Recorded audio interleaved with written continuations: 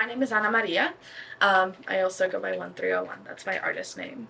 My business is technically my music, but I also started off by teaching a lot of younger people how to songwrite, how to actually embrace their feelings, how to embrace their emotions, and that's kind of how it branched into me making my own music. I started off by just doing it while I was managing some other kids. I mean, I used to manage young adults, and so they expressed their interest in music. I said, might as well.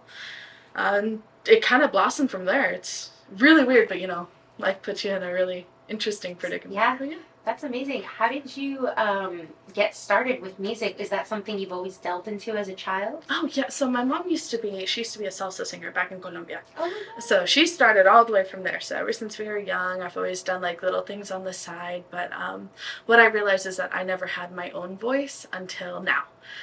So recently when I started helping other people understand music, helping other people understand what they're supposed to do, how to put their own emotions into their music, that's when I realized I was like, I'm pretty good at this myself. So might as well take it into my own hands. I've done demos for people. I used to do gospel demos. I used to do a lot of other music. I used to just do things for other people. And I thought, now it's time for me. So yeah. Yeah, absolutely. I love that. And how did you get into helping children? I know you help some of them that are in rehab. Is that correct? Yes. How do you feel that music helps them kind of heal? Yeah, so in this day and age, it's really important to understand that everybody's changing. Before, it used to be just kind of stick your head into work. If it works out, and you could do music on the side. Now people are trying to do music more as a full-time. They're trying to harness that, do whatever they can. It's not necessarily to go viral, but you see a lot of more people like bring up their music. There's a lot more songwriters. There's a lot more people who are just like, I'm just going to pick up an instrument and it finally works. Or so that's kind of what I started off with. It started off with one of my lovely employees. I'm going to call her V for this one, to keep her nice and confidential. But it started off with V.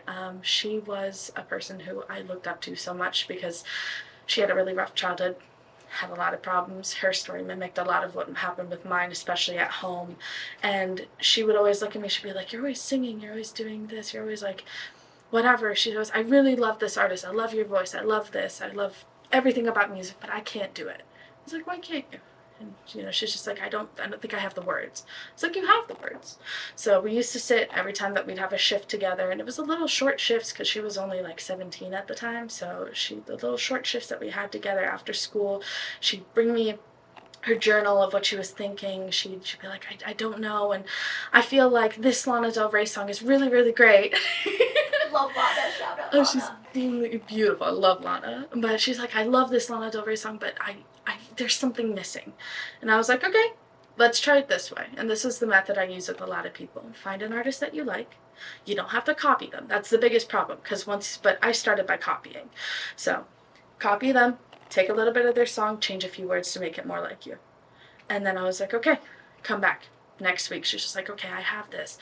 I made this. I think it sounds a lot better. Why didn't you listen? I used to listen to her, whatever. We changed the whole song by the end of the month. She's like, okay. And she's like, I have this tune stuck in my head. And I was like, good, hum it to me. Let's go. Let's make it crazy. Between customers, between everything. It was, winter. We didn't have that much time because of snow and everything. So it was like, hum it to me. So we started writing and everything. And she goes, I think I have it. So she started writing, and then she tried to make an attempt, and she ended up in a facility. So she ended up for her mental health. I got a call from her parents. Everybody was just like, hey, listen, she's not okay. Can you reach out to her?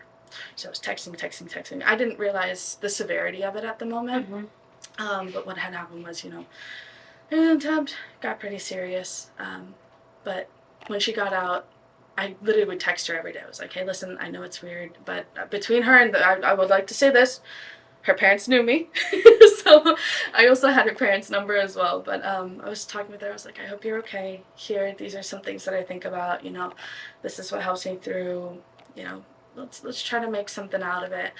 She got out. She goes, I started reading through your messages, and some people used to send me things like, really nasty stuff because they knew I couldn't respond, or they used to send me things that like, I guess you're doing fine, or like leaving me behind because they didn't fully understand. And when she got out, she was way better.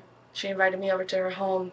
I talked with their parents, and they're like, hey, listen, if you could just work with her a little bit more. I said, perfect, let's do this. I was like, let's do a whole change. So I cut her hair, everything. We had like a full, when I talk like a girl moment where it's like in the movie montages where it's like, you don't know what you're doing. Yes. We're doing clown makeup at, because you want to shower it off. But literally, it's just, we're doing clown makeup because why not? And we're just sitting there and we just look like two goofballs. And she left and she was so much happier. And her parents called me, they're like, thank you. We couldn't get her to come out of her room. She wasn't okay. She used to FaceTime me too. And it was lots of things. I cannot tell you how much I love her so much. She is so special to me. And I can talk for eons and ages. But she texted me like a month after that, and this was a few years ago. She texted me a month after that, and she said, I got a few of my friends to start a garage band. And so she's like, we're starting a garage band. I can't wait. And she's like, we haven't released anything yet, but it's fun to kind of just sit in the garage for just an hour a day after school and just mess around with instruments. And I was like, it's freeing, isn't it? She goes, yeah, I've written so many things. I don't think I can actually, produce them. And I was like, but that's okay. You just record them into your phone sometimes and you see what happens, or just save them. They're just for you. Like, you've got to start making music. And this is what everybody tells me. Make music for you. It doesn't matter what people want to hear. Because if you make stuff for other people, then you're just going to get lost. And the big part of music is keeping yourself in there. You want to hear yourself. Lana Del Rey, you can hear her voice. You pick it out and you're like, that's Lana. Right there. That's Lana. I want nothing more than her. All her music sounds like her. And so that's when I said, listen, if you want music, yeah, sure, you might enjoy an artist a lot, but don't forget you. And she goes, I haven't. I found who I am. She's making a lot of changes. She went through like a really bad heartbreak, and she's like, let's go. Let's go. This is just content. Let's go. Like, it's just making it for the big. Like, we're just filming everything. Everything's going to go, and then it's going to work out. I love that. That's such a powerful story, from going like somewhere super dark to having the confidence to start a band, share that music, and be in a garage band. Like, holy moly. Like, that, I honestly feel like you really were like a saving grace, just coming in, and everybody group effort. would want to have everybody would wish to have a friend like that, in their life, and like do some clown makeup sometimes, because why not, right? Why not? Sometimes you need to just rake a color across your face. Yes. Sometimes you just need somebody to look at you and be like, needs more green. Yes. Yeah.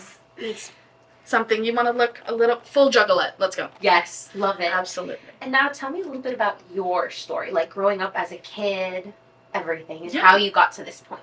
Okay, so as a kid, I was surrounded by musicians. So surrounded by music, surrounded by everything, but I never really felt I had a voice, since everything was always backup singing, stuff like that. I was ashamed of my voice for a while, because I guess I couldn't find who I wanted to sound like. And only recently, I'll tell you, this happened in 2022 in December, of when I actually started bringing my music forward. But I had gone through a lot of people saying, oh, you sound so beautiful, you'd make really good music, you should do this, oh my goodness, I want you to sing, whatever. But I always felt like it's missing something. Yeah. And for me, like, I don't want to throw myself into something when something feels empty, because it's not worth it, because then that passion that you have just loses itself. Because you could have a hobby for a minute, and then you're really, really excited, really great, you buy all the stuff, and then you make one thing and you're like, now what? So you're stuck with all these, all the little air dry clay and 12 mini figurines, and you're like, all right, these are just gonna go in the trash. So I wanted to be a stand-up comedian. I wanted to be, I used to do shows around here too. Oh my goodness. I wanted to be a stand-up comedian. I wanted to be a model. I delved into a lot of things. I wanted to be somebody. But then I realized, and my mom, she always pushed me. She was just like, listen, you do it, because I know you're going to do great. She was here. She came to D.C. She's been doing, she used to do shows. She used to drag me along to the shows too, because I got to see like how production works. I got to see how she was doing her warm-ups, costume, makeup, everything. It's great. It's to be surrounded by it. And at some point, like, you start realizing, okay, is this what I want to do? So I fell in love with all the theater and the makeup and the acting and the whatevers. And I thought I was going to be an actress. I thought I was going to be, a stand-up comic. I thought I was going to be somebody who was just on screen, and that was it. You just knew me as who I was. And then got into a really long relationship. It didn't work out. But through that, I realized I found my voice. I realized, this is what I sound like. I started singing to myself, and I was like, okay, you sound a little different than you usually do. Are you okay? Like, I used to have to, like, tap on the mirror and be like, you okay in there? Something like that. But I actually hid my stuff from my mom. So I had a song Why produced. did you hide from your mom? Oh, because, when you grow up with somebody who's so influential. She was in a big band called H in Colombia. Okay. So she was in a huge band. I've known producers my whole life. I've known people who are just up there who've made it from nothing. And those are the people that I was surrounded with. So me being kind of like piggybacking off of that, I was like, I gotta prove it to her. Yeah. I gotta prove it to her. Because, like, yeah, sure, if I said I want to sing, she'd be like, great, let's go. Everything. What do you want? Just, I'll get you everybody. And I was like, I don't want that. I want to start it because I want to struggle through it. Yeah. But also because that way it's me. Mm-hmm. And I get to make the stuff I want to hear. Yeah. And I hid the songs because they were a little angsty. But I hid them. And I remember it was, like, not until a year after where I said, hey, I actually started making music. And I showed her, and we both cried in the kitchen, and it was something. She goes, why'd you hide? And I was like, I was ashamed. I didn't know what you'd think. Because, you tell your mom a story and she picks apart. She goes, so you said you were with a witch friend? And doing what? And you said I called you. You said you were in a house. Oh my goodness. And I'm sitting there and I'm like, I just want to make music. But yeah, that's great. I haven't stopped since, and just being able to help other people just find something else. And me having to hide it, I think, is what makes it so personable, because I understand the fact that sometimes you want to keep things behind a closed door. I don't go by my new name. I don't go by my name on my platforms, because if you search Ana Maria, there's 1,000,000,001. But I wanted to start off with a name that was new, that was fresh. I saw it on the back of the license plate, and I said, why not put a slash through it? So it's 1301. So without the slash, everything like that. Okay. But 1301, because if you put a dash through it, it's a new month, a new day, it's a new start. Mm-hmm. So yeah. I love that. Now, I know you wanted to change your name. Tell me a little bit about marketing. Like, what are some tips you could give to some of our listeners who are trying to make marketing happen for their business or for themselves? What would that marketing tip? If you're in music, don't tell them you're a woman. I'm kidding. But really what happens is I found a lot of struggle going by, like, if I say my name, and it's really interesting. I've gotten to meet a lot of really great people. But, like, the moment I pull up that I'm, like, a person of color, the moment I pull up that I'm Latina, I'm Indian, like, they're just like, Oh, wait, you're both? I am both. So you said, like, I'm Maria. And then I was like, Anna Singh? I was like, oh, that's different. Okay. But yeah, that's my mix. That's my background. And so I've also been influenced by a lot of things. I used to Bollywood dance and everything. So it's like I've got that past, I've got this future. And it's amazing because I'm just bringing everything into one. Culture. But, oh, yeah. But the biggest thing is that I've realized the struggle of just being a woman in the industry. Mm-hmm. I've had so many people, they'll get on Zoom calls with me, and it'll be Zoom call, whatever. And I had a guy go, so do you know what it means to play music live? Oh. And I'm like, sir, I record all my songs in one take. And he'll go, but do you know what that means? I was like, I record all my songs in one take. He goes, yeah. Your producer could, mesh things together. It sounds all good in the end. But, like, do you know who do you want to sound like? And I'm like, I have my own. Did you not listen to the stuff I gave you? Oh my goodness. I was like, everything's done in one take. Everything's done at, like, a 3 a.m., that you wake up from a dream, you're like, I need to make this. Yeah. That kind of thing. That surge of adrenaline, that's everything's made by. And he's just like, And I sat there and I was like, you don't. Oh my goodness, that's rough. Oh, it's horrible. And I mean, we face it every day, kind of. Yeah, even in the photography world, it's so used to, like, being a man behind the camera, and it's, like, very male dominated, especially, like, all that. But this is a woman-owned business, so we're trying to break those little barriers. Yeah. But no, I love that. And for marketing, do you do any, like, videos online? I do. So I make TikTok videos. That's where I started getting. I just recently got 5,000 followers. So as of right now, still very small, but still very good. Halfway to 10K. Halfway. But I started doing that. I started going live. That's usually what I do because it gets a chance for people to get to know me. I realize the problem that I have is that I don't like recording so many things because it feels artificial to me. And for me, I love getting these interactions, the real thing. Like, we get to talk, we get to laugh, we get to cry together. No, they're not gonna cry. No, But not yet. Okay. but we get to have a good time, and it's the fact that you get to, I'm not losing a bit of myself, because I want people who get to meet me, and with me going on trips and everything like that, people are going to see me. And the same person you get on that screen is the same person that's going to say hi to you. The same person that, I'm going to be, I may not make it famous, I may not make it big. But the best thing is that I'm me. That's and that's such it. good advice. Because I know one thing people try to do is make like a bit of a persona online, and then when you meet them online, this can go for business owners or anything, and it's kind of like, oh, you're not like how you are online. Like, I don't know. So it's important to be true to yourself even when you are online and in person, so that it matches. And It helps with the burnout too. Yeah. Because if you're just you, and the moment you wake up, and you should be tired, you can be this, I mean, hell, my followers have seen me cry, like ugly cry, and it was like they've seen me ugly cry, they've seen me struggle. A lot of them helped me get my new apartment because I was just almost suffering, but it was like I couldn't get out of like a place, and they've seen me when I'm happy, they've seen me when I'm struggling, and it's not that I need anything from them, but it's the fact that they're here and they've shown me so much support in a way that I couldn't fathom from strangers on the internet, essentially. Wow. And it's always good, because that's, and I've gotten trolls before too. So I've gotten people trolling me, I've gotten people nasty comments, horrible things. It's horrible. How do you handle that?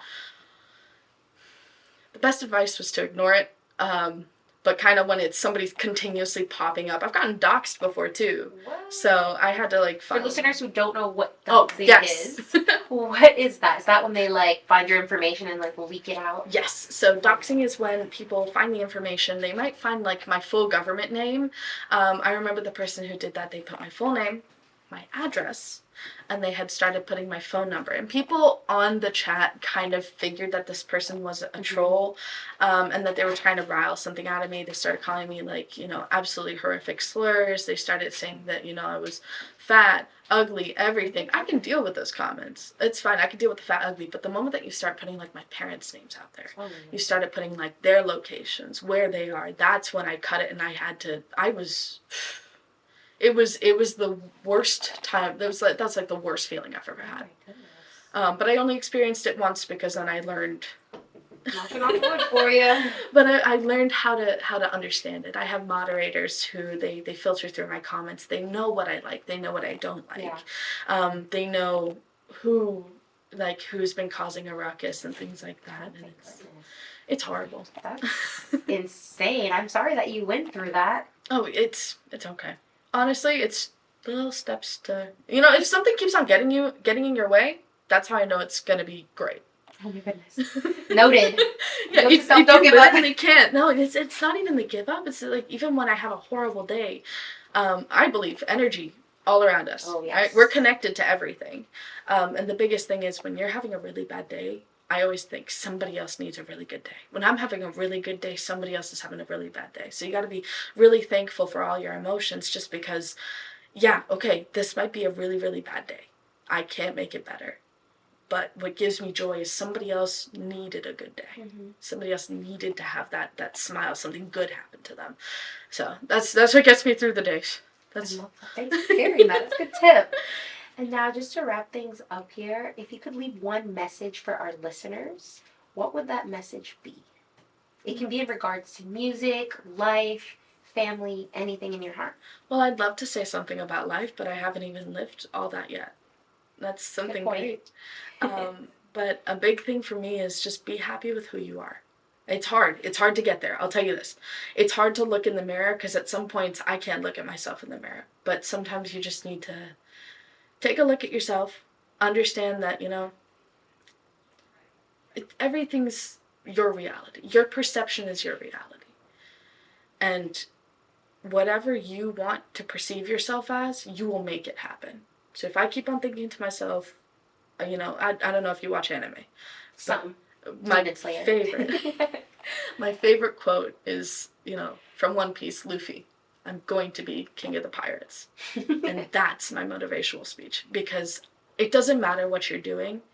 Your perception is your reality. I'm going to be king of the pirates. That's it. I'm going to be king of the pirates. There's no other way. There's no other way. I'm going to do everything I can to get there. I am going to be king of the pirates. That's the best thing. You look at yourself, it sounds crazy because why? But it's not even putting your own dreams. It's not like I'm going to be the best photographer out there. I'm going to be the best this, because then you're setting yourself with that limit. Yes. So make it up. I'm going to be this unicorn princess of the absolute world. I'm going to be the king of the pirates. That's the best thing, and that's what I say to myself, and that's I repeat it, and I scream it in my car sometimes, and I shout it at the universe, because it fills me with this, that determination, yes. that second wind, everything. It might get smashed down, but get back up. Yeah. I love that. That's so good. I really admire your passion. It really shows through, and you have like this little sparkle in your eye. I love it. That's something that I've never, that too. I mean, never lose that childlike wonder either. Because, you see a lot of people and they're just dreary. They're like, I wish I could have done this. I wish I could have done this in my past. I wish I could have done this. Do it. Have that wish in your eyes. Do it. Just, it doesn't matter what people think of you, because your perception is your reality. If you think you're the funniest person in the room, don't let nobody tell you different. Okay? It doesn't matter. You're not going to see them again, unless you do. But you're not going to see them again. You were a comedian. Well, yeah, it's those kind of things where, again, you're just gonna do it. It's that gusto. It's that lust for life. It's that the fact that we're gonna be here. We are here. We are making a difference, no matter who we are. And just, I'm gonna bring it like it's no matter women, man, anybody. It is us. We're on this earth right now. We're meant to change it. Yeah. We're the new generation of everything. It doesn't matter what we're doing, because it's just going to be the best, no matter what. Right. Thank you so much for being on the podcast. Thank you for sharing your wisdom, your story.